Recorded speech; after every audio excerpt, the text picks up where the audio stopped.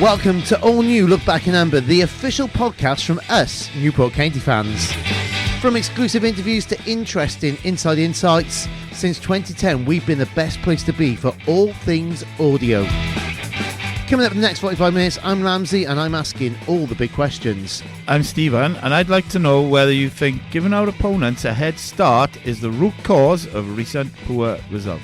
I'm Luke and I got your post-match interview with County Manager Graham Cochran, and I'd like to look at the effectiveness of our full-backs. Never miss 8. Follow us wherever you find this podcast and listen live at 2pm on a Sunday and at 7pm on a Wednesday after almost all League 2 home matches. Right here. Right here. Right now. Right now. Newport City Radio. It began at 1:30pm in the Marquee with the NCR warm-up team, the kids from Glen Lane, and a cover-tastic performance from the Hot Dogs. Do you know what? I've always thought that we love live music, and we love local live music, and we love local songs. We love everything about it. Mm-hmm. But every now and again, you just need a covers band. Yeah. And that's exactly what we got, and we got a really, really belter of one. I think I seen 2 or 3 members of the Hot Dogs earlier on in the year at the King's coronation event up at Beechwood Park. I think, yeah, there was a couple of them there, wasn't there? Yep. But I didn't get to see the full Hot Dogs experience. Do you want to give us a bit of an insight into what songs they actually covered yesterday? They did Tainted Love. One of our mics was a bit wobbly, so it was more of an instrumental version of Tainted Love than we would have liked on was that it a one. tainted microphone? It was a very tainted microphone, very good. So he's learning, isn't he? Yes, yeah, We're teaching in comedy week by week. Yeah. Just really, really nice to have that bit of difference in there, and it was fantastic. Then it continued at 3pm in the Compy with Chris, Stephen and Luke, and then it went a bit wobbly. A little bit. It did indeed, yes. We'd, well, I don't know what to say. Yeah, we had a little bit of a situation in the commentary box with our very own Chris Chappell, who had to be taken away to receive medical attention. Yeah, but big thanks to everybody at Ronnie Parade yesterday. They were phenomenal. Looking after Chris, and also a big thank you to Mr. Lambsdale for getting him to the hospital. No problem at all. And I just want to say, get well, Chris. Yeah, get well, Chris. It was a bit of a scary situation, you know, when you see someone claps on you, didn't he, Stephen? He did, yeah. Yeah, just to put into context a little bit. He couldn't have picked a better place to collapse because I've got quite a little bit of a big belly, so it was a nice soft area for him to fall onto. We're saying that Stephen's paddied by Cake Lab, and they might have just saved Chris's life yesterday.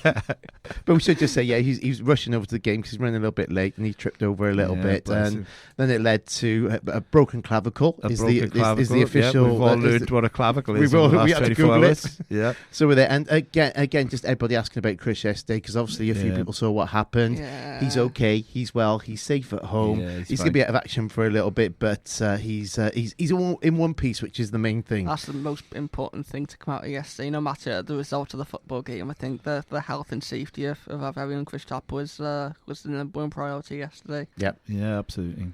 Okay, so in that case, we haven't got commentary for you. Understandable, but we will talk about the game then. We will hear from Graham Cochran. Okay, Stephen, take me through Harrogate's recent form. Yeah, well, Harrogate, they lost their last match 1-0 against AFC Wimbledon, which ended a 3-match unbeaten run. They won their last match away at MK Dons, which ended a 4-match winless run away. The last time Harrogate won consecutive away games was in April 2023 against Newport and Mansfield. In their last 3 visits to Ronnie Parade, Harrogate have lost 2, won 1. Harrogate were 24th in the goals table with only 9 goals in 11 games, and they were the 4th best defence in League 2 with 12 conceded in 11 games. Okay, look, how did Newport County line up yesterday? Yesterday we lined up with Nick Townsend in goal, a back 4 of Shane McLaughlin, Josh Seabrew, Ryan Delaney and Matty Bondswell, Scott Bennett, James Waite, Bruce Morris, Aaron Wildick in midfield with Will Evans and Omar Bogle up front. It looked like Will Evans was drifting off to the left hand side, and it's something I think we're going to talk about in a little bit. Couldn't say it better myself. Okay, normally here's the commentary, but we haven't got that today. So, Stephen, before we hear from Graham Cochran, talk us through the little bits of the first half that you both saw, and then the full second half, which I think was the better half. Yeah, the first half, I thought both sides started really well. Newport had an early chance through Bennett. Harrogate then began to put some nice phases of play together. Created a chance for Daly, and then they were being quite patient in their building up from the back.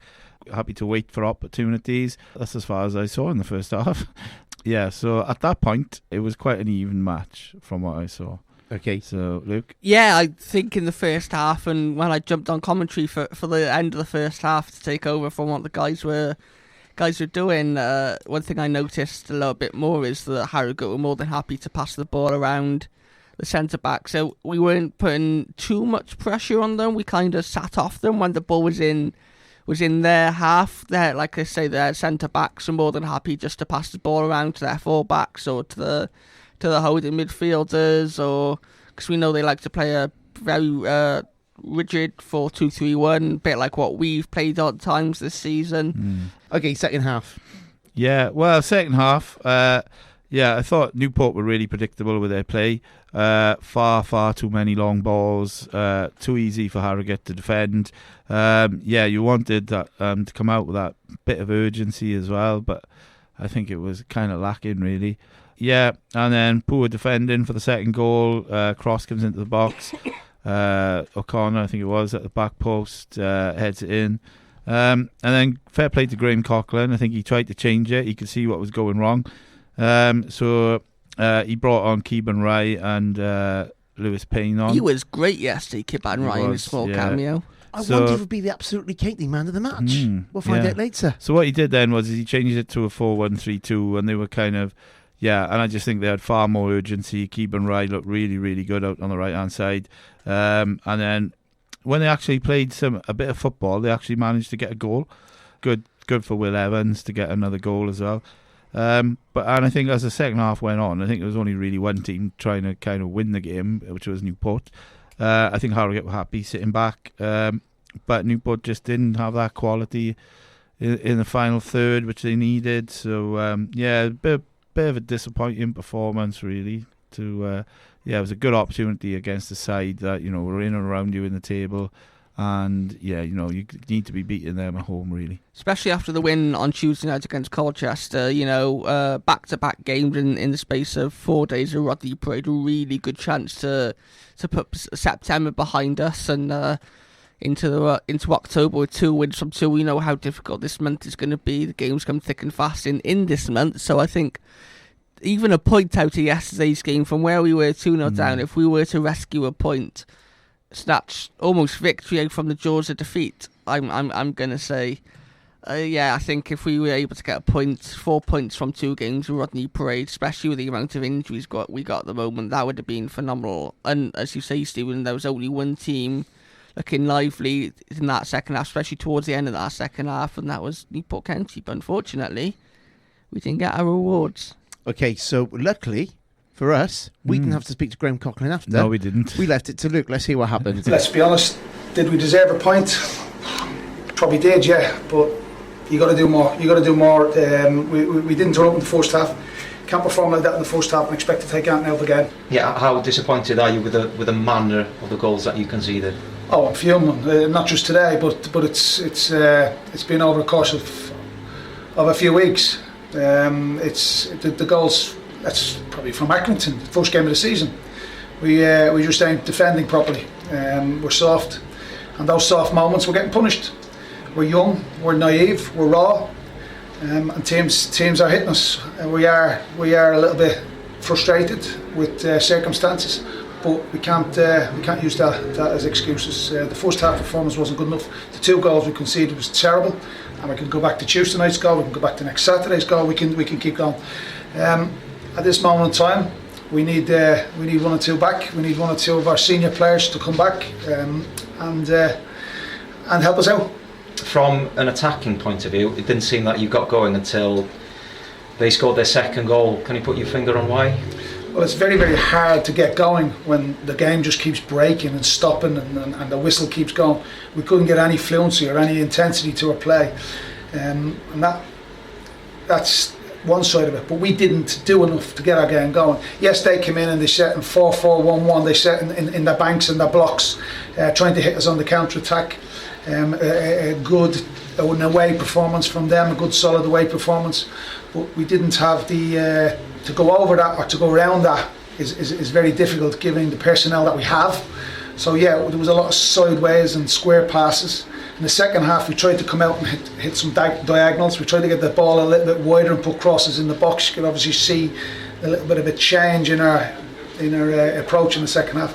But all in all, the first half performance wasn't good enough. Too many players didn't turn up. Too many players are still in the changing room, and the goals hurt us. So one or two players need to have a reality check. Need to have a look at themselves. This is probably the lowest I've been since I walked through the front door, and there's still life in me. I've still got enough experience, enough fight about me to carry this on and to keep fighting. But today is a low point. It's probably the lowest I've felt in 12 months. Brilliant. My friend is Matt Baker. What's the latest with Matt? Is he? Matt should be with us within the next week or two. Okay. It's the frustrating part today that it was nothing you didn't say had happened yesterday in your pre-match press. You predicted how Harrogate would come, but you just didn't get on the front foot against them enough. Was that the frustrating? Well, look, I'm an experienced guy at this level. I know what the opposition will bring. We prepped the lads really well. We're professional from top to bottom in our standards, the players and the management. So we know what's coming. We know what they're all about. We knew it was going to be hard to break down. We spoke about patience, but unfortunately we didn't bring any intensity, any aggression. We're just losing too many duels, too many individual battles. And yes, it doesn't help when the whistle keeps going, and every time we breathe on an opponent, there's a foul given against us. That's killing us. That's killing any type of momentum we can build up. But again, I don't want to use and go down that line, but they're facts. But no, we weren't good enough. We didn't bring the intensity to our game in the first half, and it's very, very hard to start like that and to get yourself going, go up through the gears. We're not that type of team. We have to play on the front foot. We have to go after people. We have to play with intensity. You can look at Tuesday night where it's the same people that travelled to Salford and played. It's the same people that played on Tuesday night. So I don't have the luxury of making changes and freshening things up. But like I say, we could have got away with something, but we didn't. And I don't want to be standing here and could have and walking off excuses. What we have. We get on with it, and I expect better from the players when they're named in my team. You mentioned reality check. Is that just in terms of you've got to be on it? You've had good home form, but it doesn't come automatically. Well, we had good home form, but again, look, football. You can't make mistakes at the rate of knots we're making mistakes. You can't be making mistakes like that. Even if you sit deep or you block teams up, you're still going to get punished if you make mistakes. So we try and play on the front foot. But like I said to the players in there, to score 3 goals or to ask for us to score 3 goals at home to win a game of football, that can't be right. Can I also just check? Asked Joe in midweek. There's no plans to get the loanees back due to Two. Harrison and Sam. They're out on loan. Harrison, Sam. We've got 3 players out on loan. So you won't recall them? Can't. You're not allowed. Okay. You can't. There's no. We've obviously looked into things, but that's the rules don't allow us to bring players back from loan spells. Okay. Not until January. There you go, Newport County manager Graham Coughlin. I got excited yesterday in the marquee because Harrison was back. I thought, this is good, and then that's just confirmed that we can't use him. But I did get a bit excited. Yeah, we had the same thing last season, didn't we, with the youngsters out on loan? Could we bring them back? But you can't. There's no recall option on them, so so you can't bring them back. Twamley and Joe Woodowis. Yeah, I think it was, wasn't it? Twamley, Woodowis. There was a couple out, wasn't there? So I mean, unless you do put a recall clause in, then you can't really call them back. So. I'm a little bit worried with that post-match press conference. Me too. And I haven't shared it with you two yet, this is a good time to share it because we've heard Graham defend the team and say he's the one that's going to be circling the wagons, painting the town red, whatever phrase he uses. And I don't know. Obviously, he said in there that he's at the lowest ebb that he has been with Newport County, and. What I heard in that yesterday when I heard it originally and then just listening back to it again there is this whole kind of defence that he's, they're experienced, they know what they're doing, and I talk about the process behind the scenes as well, and that's worrying.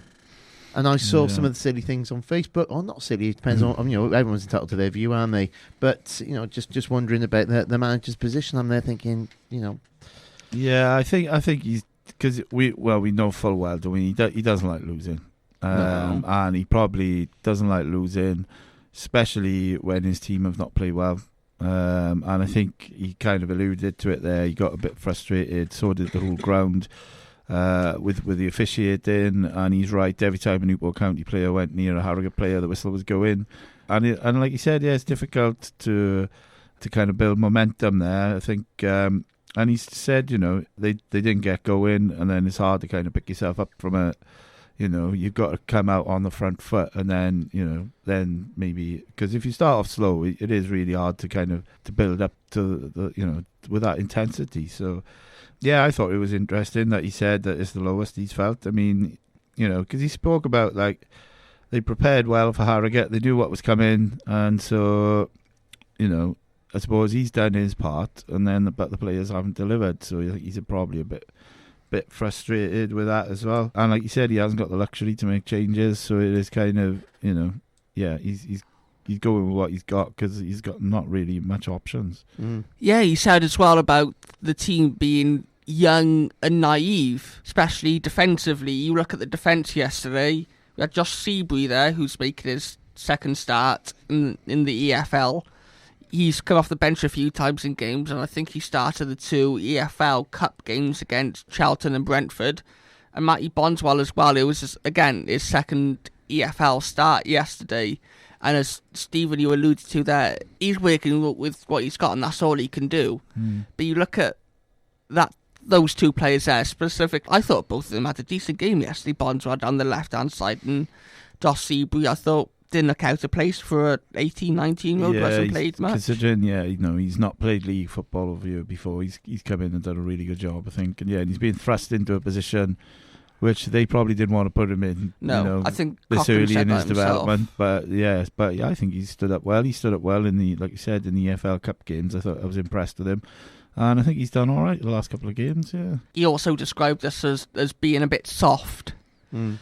And is that because of the injuries? You look at when we're fully fit, players like Adam Lewis, who's had 4 or 5 years of senior football under his belt, James Clark, who's as experienced as you like in League 2, and same with Carl Jameson and people like that. Declan Drysdale's been with us now for 2 years. So there are players who are not available who have bags and bags of experience, but unfortunately they're not available, and he's having to rely on youth almost. Because picking up on that point, you said soft. I think the phrase might have been defensively soft, which really puts the blame on that back line, doesn't it? Yeah.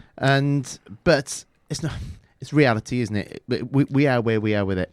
Yeah, he also described it as a reality check. Yeah. Which you could see it as a reality check, learning curve or whatever phrase you want to at it, but that's what it is. And again, there's not a lot that anyone can really do. Even if the Hugh Jenkins takeover was in place by now, there's not a lot you can really do with on-pitch personnel, is there? You can't suddenly fix the injuries with a magic wand, although you might be able to, bring in some better support staff. I think there's a mention of some sort of physio thing going on that we won't go down to because we don't know the specifics of it, but it was I've heard that maybe you could improve some of the background elements to it. Get those ice baths in. Get them out in it. Get them in the ice baths. Get hold of Newport City Council and just say, oi, we need 20 odd bins delivered with ice to Rodney Parade, please. Thank you. It's actually the training ground. It's Spitty, isn't it? It'd be I would have thought. Yeah. So there's not a lot you do, and he knew what he was doing, but fate is not really dealing him a good hand with. We know the injuries, but some of the annoyances with the officials, he's just getting a break, is he? Yeah. And it's very, oh God, you're going to hate me. It's very Robbery-esque at the Do you know moment. what? I was thinking about it. I watched the press conference last night, and when he was talking about individual errors and things like that, I was like, this just reminds me of this time last year. More or less this time last year, maybe just a little bit before. Yeah. But we were hearing all these same things from James Rowbury. So, but it's kind of, there's a lot of different personnel there now, but the issues are still the same, so I don't really know what's going on. Yeah, I think the one thing going for it is that I think we've bought into this manager. And again, he did need to talk about his experience, but I'm sure for some reason he felt he needed to in that post-match. We bought into the manager, and we know the situation that we got with him. We know the whole picture. We've spoken about it today and previously. So there's a lot, hopefully, a lot of goodwill then, a lot of understanding around it. How long will that last? Because you do need to get results on the pitch. And again, wasn't it this time last year, again, a couple of weeks before this, where Robury had that win, and it's just like, yes, here we go, and then suddenly, and then the wheels fell off. Against Tranmere. We're not there. So let's fix it then. Lots to talk about the defensive backline. We'll come on to that in a second. We probably covered it anyway. Lots of talk about Townsend. Yeah, for me, and I think I was the only one in the studio who's seen both of the goals in person yesterday. And yeah, for the first one, especially, I think he could have done a lot better. The Harrogate player just kind of had the ball in the pocket of space and then just shot towards goal. And it was a very, very easy stop for me. But Stephen, you said you've seen the highlights back, and apparently it took a bit of a deflection. Yeah, I think it took a bit of deflection, so that might have wrong-footed him. I think, well, I mean, as far as Nick Townsend concerned, I can remember the game on Tuesday night, and he made a world-class save to keep us in the game. So I don't buy into the rhetoric that he needs to be changed, because I think he does more good than what he does bad. Okay, so we'll talk about this at the end of the show, but we have got a Papa John's game next. Is that the time to try Matic? Because when he played in the last game... Yeah. Matic? Where did you get a Matic from? I don't know. Nemanja Matic? Yeah, we'll have him. Yeah. Is he any good in goal? Well...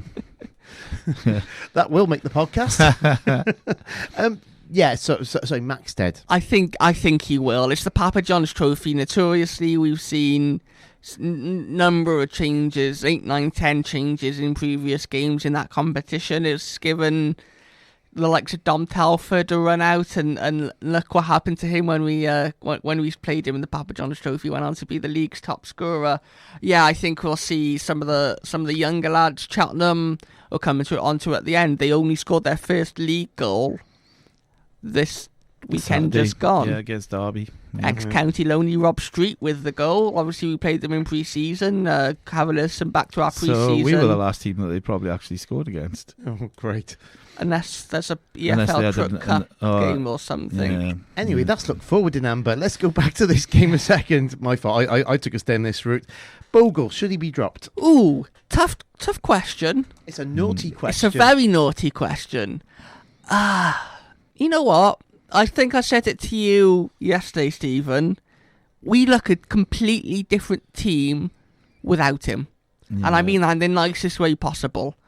You almost know what you're going to get with Bogle. You almost, as you say, we become predictable. It's Seabury or Delaney or Townsend or poof the ball up the pitch looking for Bogle, and he'll win first ball, second contacts. But he doesn't really win them, does he, a lot? I think that's the thing as well. You're playing these balls up to him and he's not winning them. So. And then it just goes straight back to... And what I said is, when it was Will Evans up front with Seb Palmer-Holden... Yeah, we spoke about this on the show, didn't we? We said, it's a really dynamic front line, which we haven't got now. That's two high-energy forwards who like to press, who like to chase, who like to run. I think we'll see Ollie Thomas start on Tuesday night. Yeah. I think he'll get a run out, a chance to impress. We know what Graham's reward system is like in terms of once the jersey is yours, don't lose it. It's yours until you lose it. I think, depending on what Ollie Thomas can do, obviously he was kind of thrown into the deep end almost. We know at the start of the season he was on loan at Yeovil, 2 divisions below where Newport County are, but we signed him on deadline day. I think due to the injury to Seb, Bristol City kind of said, well, here you go, have Ollie Thomas. So be interesting to see how he plays on Tuesday night, and then if he plays well, I can potentially see him coming in. But it would be nice to see what he can do alongside Will Evans in almost that 3-5-2 that we were playing at the start of the season.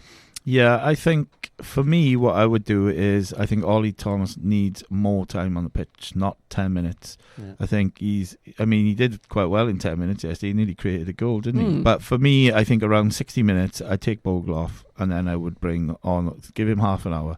So he's got time to kind of have an impact on the game and get into the game. And you can't really do that in 10 minutes that much.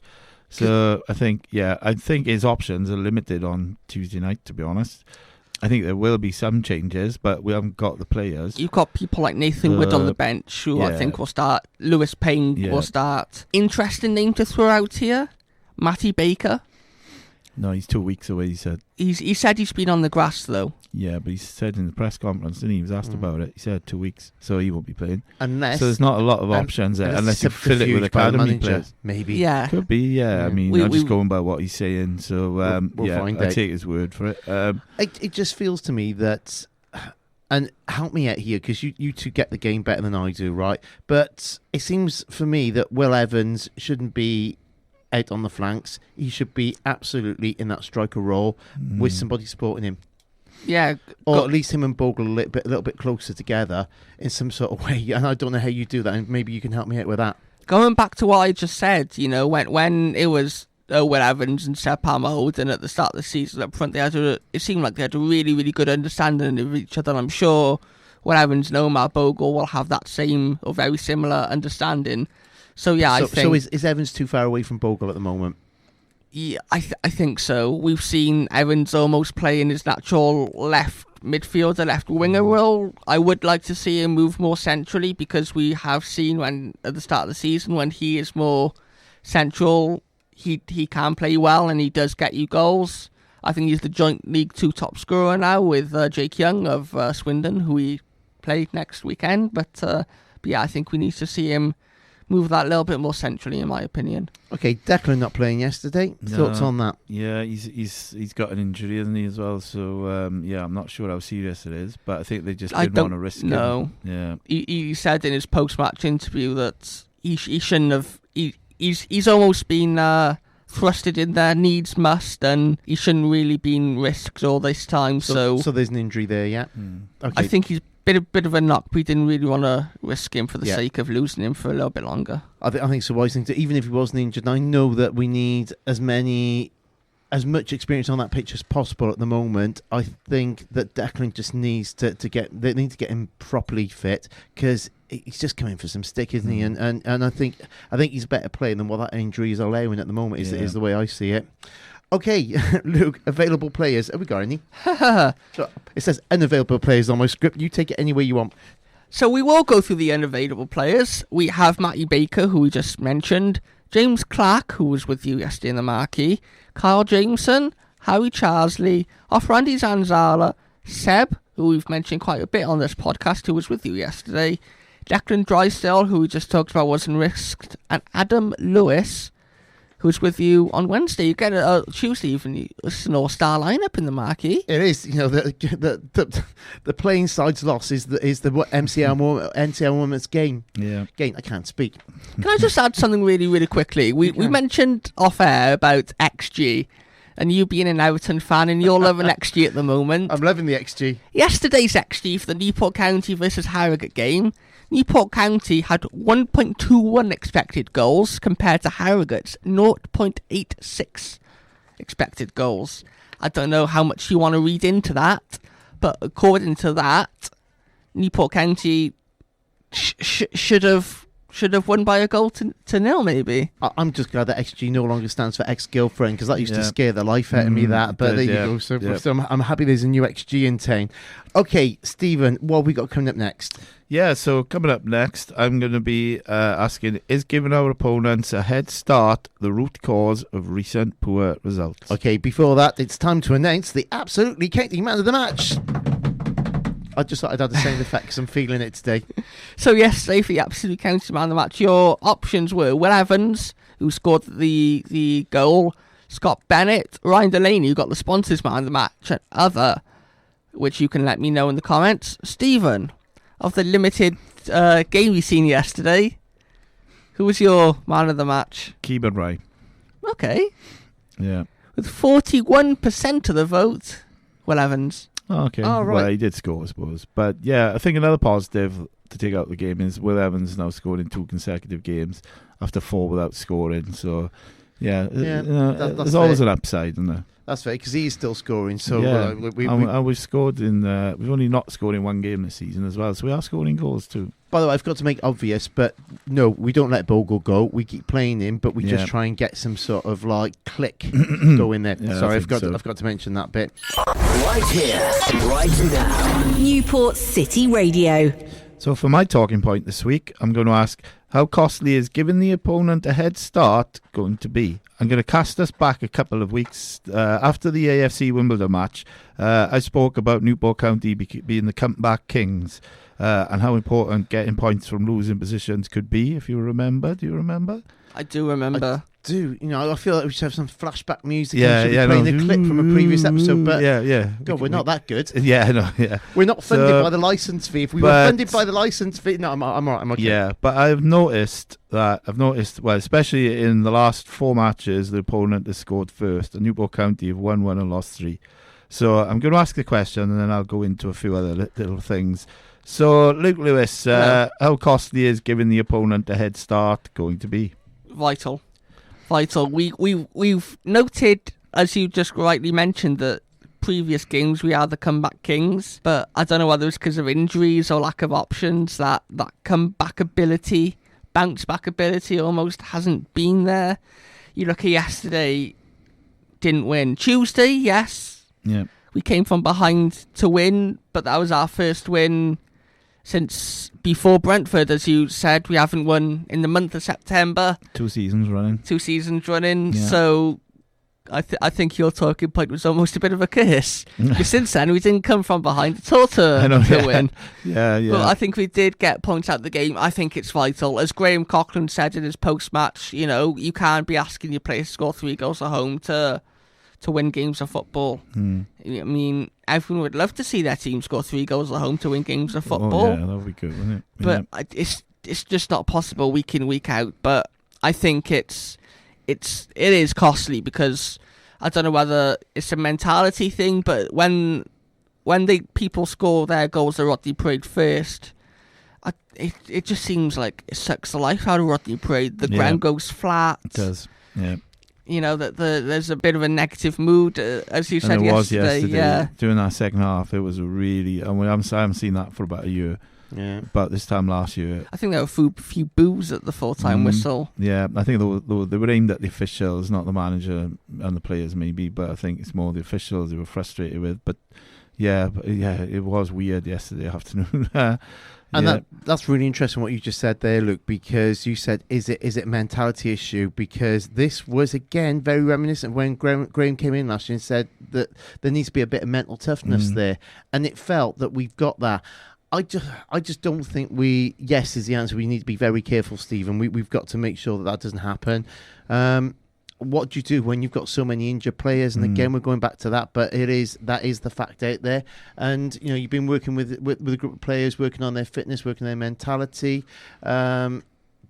How do you stop it? It almost feels that, again, you need to go back to basics. Can you get this defensive unit working really, really well? I think, put aside the Cheltenham game, the next 2 away games in the league, the next away game in the league, and probably the one at Rodney Parade, I think you just need to be defensively absolutely rock solid. Yeah. And we've got a manager who's a defender. It's in suppose his blood. Doesn't help as well as he's having to change the options at centre back or a right back, or now at left back as well, with Bonswell having to come in. So I suppose that's not helped either. He hasn't had a settled defence as well. So yeah, that might be something to do with it as well. Oh, it's just awkward, isn't it?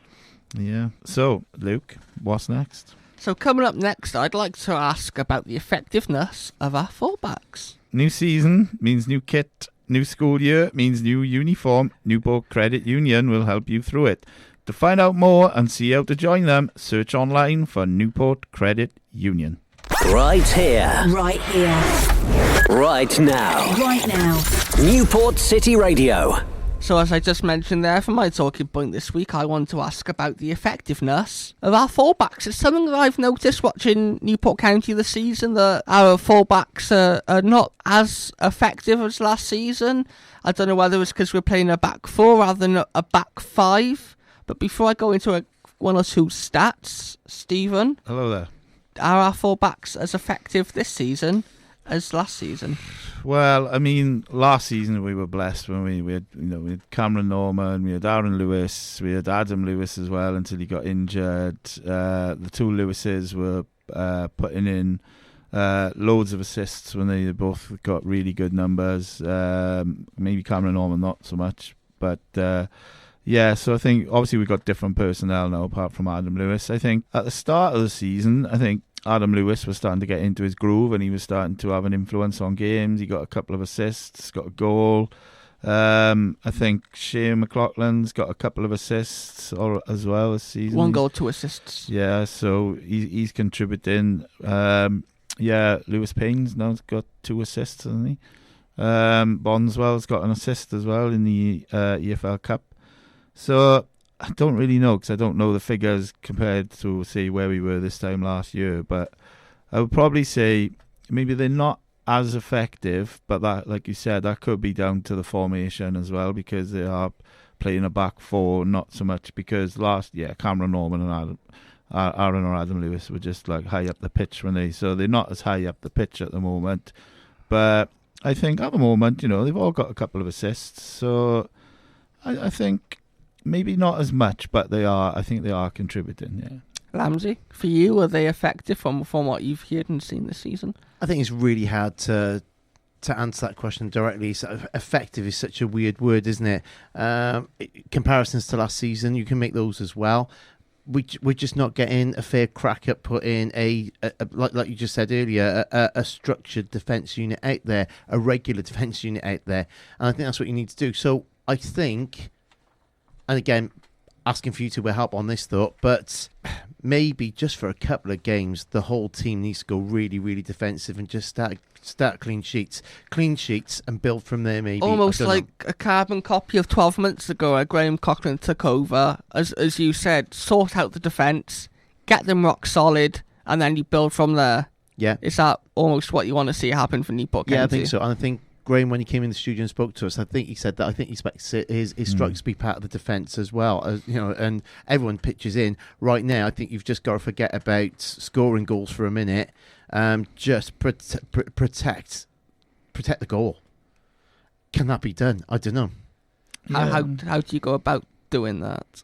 I don't know. I don't know whether you strengthen the midfield and put numbers there, whether you put numbers in defence. But ultimately, I think you've got to maybe goes against what we just thought, and you do leave Bogle up there as a sole striker, and then everybody else is kind of in defence. I don't know. Yeah, because I mean the way he's playing at the moment, more or less, he's playing like with 2 holding midfielders as well. So you've got protection in front of that back four as well. So essentially, you've got 6 defenders on the pitch. So I mean, they really shouldn't be getting beaten so easily for me. I mean, what can he just need to organise themselves a bit better, and I suppose you will sacrifice if you're going forward and being an attack inside, you are going to maybe leave yourself a bit open to conceding goals. That comes with the territory, I suppose. But I think they need to tighten up definitely at the back. I think your point, Luke, was brilliant. Let's go back 12 months to where Graham Cochran came in. I know we want to talk about it on the next show, but let's go back 12 months and let's bring some of that back in a little bit and start from that point. And hopefully the progress, when you get the players back as well, will be quite rapid because it's not a new manager, it's not a new structure, it's just a revision back to reality of 12 months ago. And I think it will accelerate from there. Almost the start of the season as well, because when everyone does come back, the likes of Carl Jameson, Sepp Hammer-Holden, people like that, Harry Charsley, who we've seen at the start of the season, seen thrive, and I think he said in the week it was his plan D or plan E or something over the summer. So yeah. Anyway, Lamsie, what have we got coming up next? Okay, I think it's time to have a little look forward in Amber. What do you reckon? I think it is. New football season means new kit. A new school year means new school uniform. Newport Credit Union will help you through it. To find out some more and to see how to join them, search online for Newport Credit Union. Right here, right now. This is Newport City Radio. Okay, Papa John's trophy action. Talk to me. Yeah, as we mentioned earlier, Cheltenham scored their first league goal of the season weekend just gone. Ex-County Loney. That scares me. That really Yeah. scares me. Yeah. Why now? Well, we've seen it, haven't we?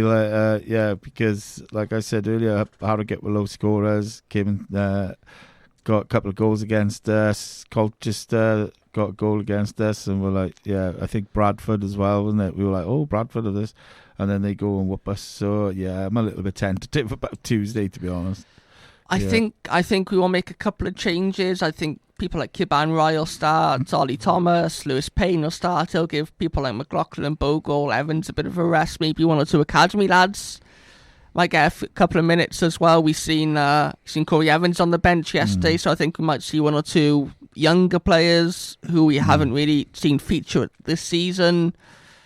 2-0 Newport. Wow. Okay, Stephen. Yeah. Well, considering they can't score and we might have a different side, I'm going to say I think it's going to be a repeat of the epic that we had a couple of years ago where it was 4-7. So I'm going to say it's going to be 5-4 to Newport. Okay. Wow. Right. What are we doing Tuesday night? Can we get to Cheltenham and watch that one? That's what we need to do on that score prediction.